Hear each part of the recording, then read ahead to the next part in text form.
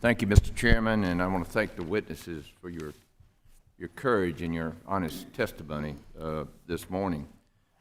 You know, the battle rages on in the country about, you know, like who are we? And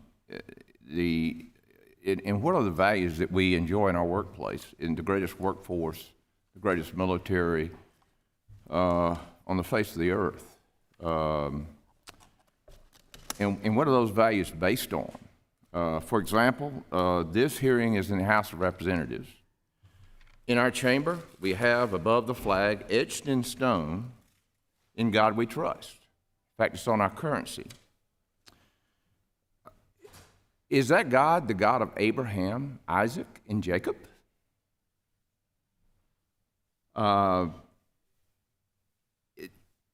Genesis 12:3 is very clear about the circumstances that we're dealing with right now. We have the full face of Moses looking down on that body who gave us the law, which is the basis of our values that we enjoy. Most of our leaders ask for God to bless America.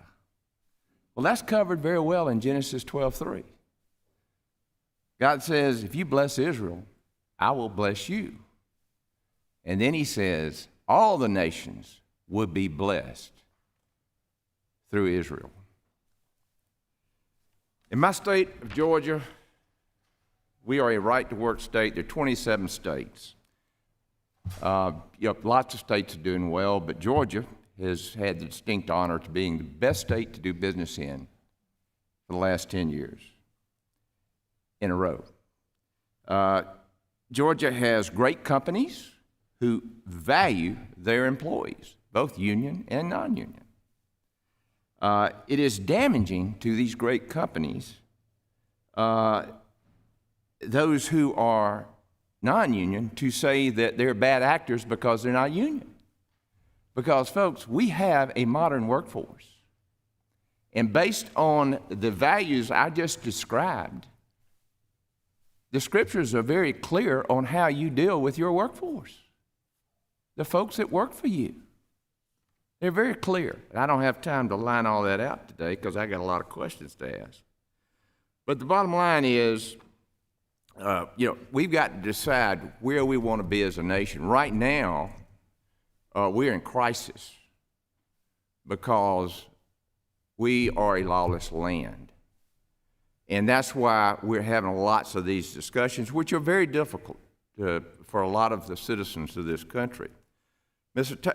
Taman, under Communication Workers of America versus Beck, the U.S. Supreme Court determined that workers represented by a union can choose to opt out of paying the portion of dues that funds union political activity. In your experience, do labor unions respect workers' decisions to exercise their Beck rights? Thank you, and the answer is absolutely not. It demonstrated in part by what we have in this case at MIT. It's in the exhibits to my testimony. The union tells people you must pay full dues or you must pay an equal amount of agency fees, equal, which is false, and that's what they tell these graduate students. Are workers well informed of these rights? Not in the least. Can you discuss some ways that labor unions have used members' dues to support anti-Semitic and anti-Israel activities? It's all in the attachments to my statement. The unions, instead of trying to protect Jewish students from these pro-Hamas rioters, when the schools finally get up the nerve to suspend or expel the pro-Hamas rioters, the unions file lawsuits and unfair labor practice charges against the schools to stop them from suspending the pro-Hamas rioters. Ms. Koppmeyer, I've got 30 seconds. In your opinion, have ALAA members stopped participating in unions because of the rancor leading up to the passage of the resolution calling for the ceasefire? Yes, definitely. I mean, many of us have been stifled. We aren't able to be as vocal as we can. There, as I mentioned on Gaggle, Gaggle is this email listserv that members are able to post their emails, but Zionist members are constantly being bullied on it. It's not a safe space for any of us. I will never go on Gaggle because I know that I'm going to be ridiculed and threatened. So I will never.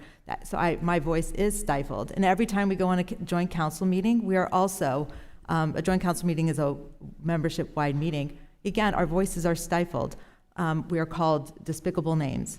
We are bullied constantly in front of leadership. It's not just a few bad actors. That's why the leaders of this nation have got to decide to protect our citizens. If Mr. Sussman, I have more questions for you. I'll submit those for the record. Mr. Chairman, I apologize. I ran over my time.